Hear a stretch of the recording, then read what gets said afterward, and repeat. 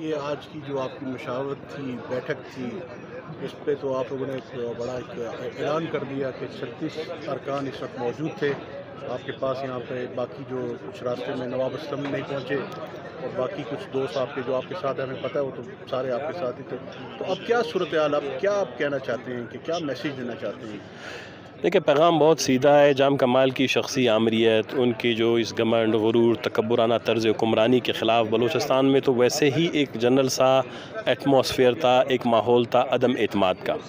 تو عوام کی طرف سے تو 3 سال سے ان کو کبھی اعتماد تھا ہی نہیں. اب جو آپ دیکھ رہے ہیں کہ ہوتی ہے اسمبلی، یہ 65 کے ایوان میں آج 36 جو ہے اس وقت موجود تھے. 4 نے جو ہے وہ اپنی سپورٹ کا اعلان کل کسی نے سردار نواب رسانی صاحب نے بھی کر دیا، سردار ثناء اللہ ظہری صاحب نے، نواب ثناء اللہ ظہری صاحب نے بھی کر دیا ہے. لالا رشید وغیرہ 1-2 دوست ہیں وہ ابھی پہنچ رہے ہیں.